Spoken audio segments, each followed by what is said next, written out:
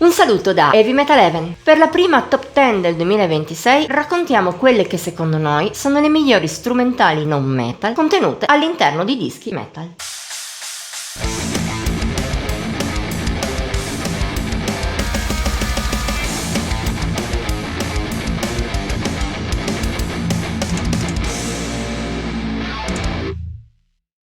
Circa un anno fa, qui su YouTube, pubblicavamo la classifica di quelle che, nei nostri gusti, erano le migliori canzoni strumentali nella storia del metal. Se ti interessa, trovi la top 15 qua su.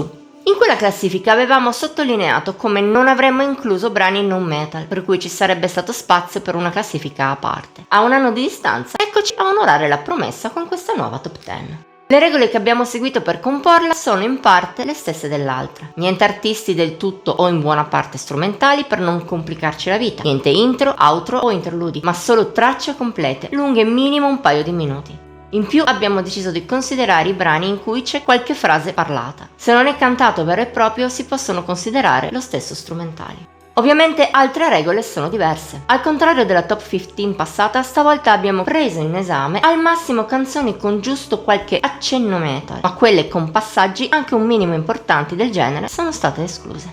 Inoltre abbiamo evitato quelle fasi di carriera in cui una band in via temporanea o definitiva ha messo da parte il metal, come anche tutte le canzoni contenute in album non metal. Per fare un esempio omnicomprensivo, ending credits degli Opeth è meravigliosa, ma in un album prog rock come Damnation. E anche se quest'ultimo è uscito prima della vera svolta progressive degli svedesi, essendo un disco senza nulla di metal, abbiamo deciso di non contare la sua bellissima strumentale.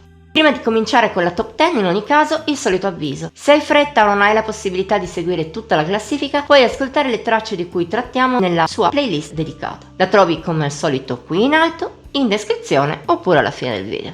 Fatta quest'ultima premessa, diamo il via alla disamina di quelle che, secondo i nostri modesti gusti, sono le canzoni strumentali non metal più belle mai uscite in dischi metal.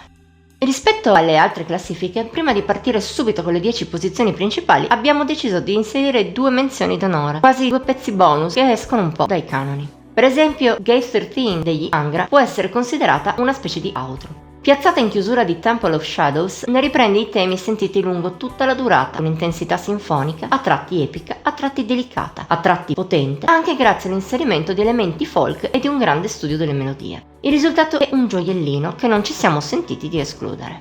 La seconda menzione onorevole presenta la stessa formula, ma sonorità e atmosfere del tutto diverse. Techno Blodiga dei romani Blodiga Skald è molto più particolare e divertente. Si tratta di un'effettiva bonus track che riprende in parte le melodie di The Undrunken Curse e le porta in musica techno. Tra ritmo spesso serrato, sonorità quasi da videogioco e altre che si rifanno all'Eurodance migliore, ma soprattutto una fusione eccellente di melodie folk ed elettronica, è un brano realizzato a meraviglia. Come potevamo non citarla? Dopo questo duo di pezzi, la top 10 ufficiale comincia con un gruppo che in una classifica del genere non poteva mancare, ossia gli Agalloch con The Lodge. La band cascadiana si è distinta nel corso del tempo per aver composto tanti strumentali ambient, folk e post-rock, spesso in EP dedicati a questi generi. Ma anche in quelli più meta come The Mantle ci sono tracce notevoli come questa, tra sonorità post-rock, chitarre folk, belle melodie di contrabbasso e una percussione che in realtà è il cranio di un cervo. Il tutto è poetico, calmo ma avvolgente. Non raggiungerà il livello di The Hawthorne Passage, ma è parte del fascino del disco perfetto in cui entrambe si trovano.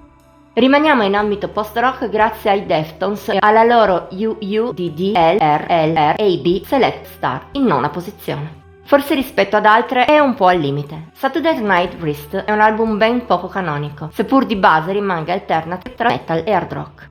Ma è anche pieno di esperimenti, tra cui questo. Nonostante il titolo ispirato al Konami Code, non ha molto di elettronica o di musica da videogioco. Si tratta invece di un malinconico brano post-rock, leggero a livello musicale ma pieno di sentimento dall'inizio alla fine, con un'atmosfera che avvolge alla grande e una costruzione molto valida.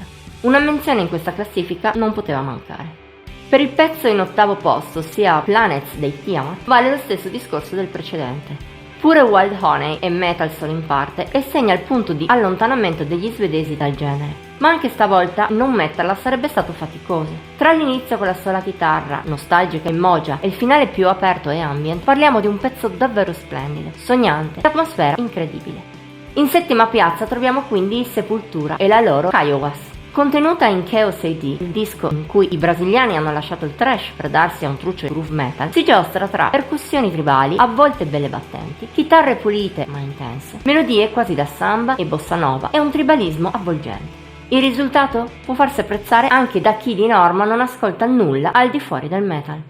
Di musica folk ne abbiamo ancora? Sì, coi nostrani Furor Gallico, che nel loro esordio omonimo hanno pubblicato alcune bellissime tracce di musica celtica. Bright Eyes è la più notevole di tutti. Danzabile, divertente, ma senza mancare di profondità, con l'incrocio tra percussioni, flauto e chitarra. Si rivela davvero splendida. Il suo unico difetto? La brevità. Fosse stata anche solo un pelo più lunga e varia, poteva aspirare anche alle primissime posizioni.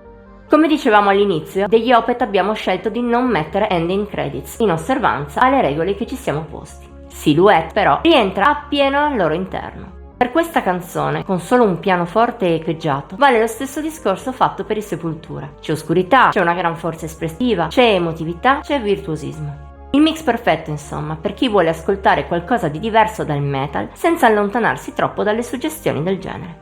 Ma chi l'ha detto che il gusto nel creare canzoni non metal si sia diffuso tra le band del genere solo dagli anni 90 in poi? Se è vero che da quel periodo la tendenza ha avuto una crescita esponenziale, c'erano esempi notevoli anche prima. Forse il migliore di tutti è Maybe That's Why dei City Tangle, datata 1981. Ai dominanti assoli di chitarra distorta di fortissima intensità sentimentale, quasi da lacrime, fanno da unico ritmo chitarre pulite, in assenza di basso e batteria. A tratti tirano fuori riff quasi metal ma senza mai mezza distorsione. Anche questo fa parte delle peculiarità di un pezzo unico, emozionante ai massimi termini, lungo tutti i suoi oltre 6 minuti.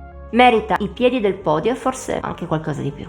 Ancora chitarre pulite a fare da base, miste ad assoli coinvolgenti e a vaghi echi metal, ma rispetto ai City Tangle il suono è molto più moderno e strutturato. Sul gradino basso del podio troviamo i Death con Voice of the Soul. Difficile descrivere la sua meraviglia, come è difficile estrapolarla da quel gioiello che è The Sound of Perseverance, in cui rappresenta l'episodio aperto più di respiro. Nonostante l'impostazione progressiva, possiede un altissimo coefficiente emotivo. Tocca corde profonde quanto il resto del disco, in cui è contenuto una bellezza davvero rara. Al secondo posto troviamo quindi i Satyricon, con Min Hyllest til Vinterland. Già nell'esordio Dark Medieval Times, i norvegesi cercavano di variare la norma del black metal del periodo, anche tramite pezzi come questo. Strumentale al di là di un breve frammento parlato. Per il resto, a comunicare in maniera splendida è la musica, tutta gestita da chitarre acustiche di stamp folk che pennellano melodie e fraseggi, uno più bello dell'altro, inframmezzate dal suono del vento. Il risultato non è solo splendido e ben integrato nel disco, ma rende anche onore al suo titolo, un tributo alle terre invernali davvero splendido. Se spesso le prime posizioni delle nostre classifiche non sono troppo difficili da scegliere, in questa top 10 specifica è stata davvero ardua. Buona parte dei brani nell'alta classifica si equivalgono, o quasi, a livello di qualità e potevano aspirare al podio se non alla vittoria. Come fare a scegliere quindi? Senza un criterio oggettivo ci siamo affidati al cuore, perciò per noi il pezzo strumentale non metal migliore all'interno di un disco metal è questa canzone dal titolo impronunciabile Burzum. Per Mattia, che ha scritto la classifica, è stata la porta d'ingresso per il genere ambient. Se ha anche composto musica in questo stile, lo si deve proprio a questi 25 minuti. 25 minuti peraltro senza un momento morto. Ipnotici, delicati nel loro vuoto cosmico, sono un vero, meraviglioso viaggio nello spazio. Probabilmente molte persone non saranno d'accordo con questo giudizio e potrebbero preferire altri brani elencati in precedenza. Ma per noi il valore di questo è inestimabile sia sul lato personale che su quello musicale.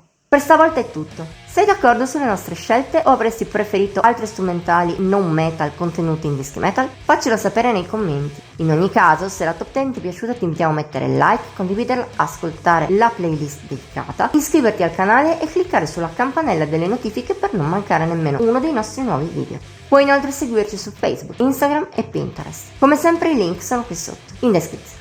Ci vediamo la prossima volta.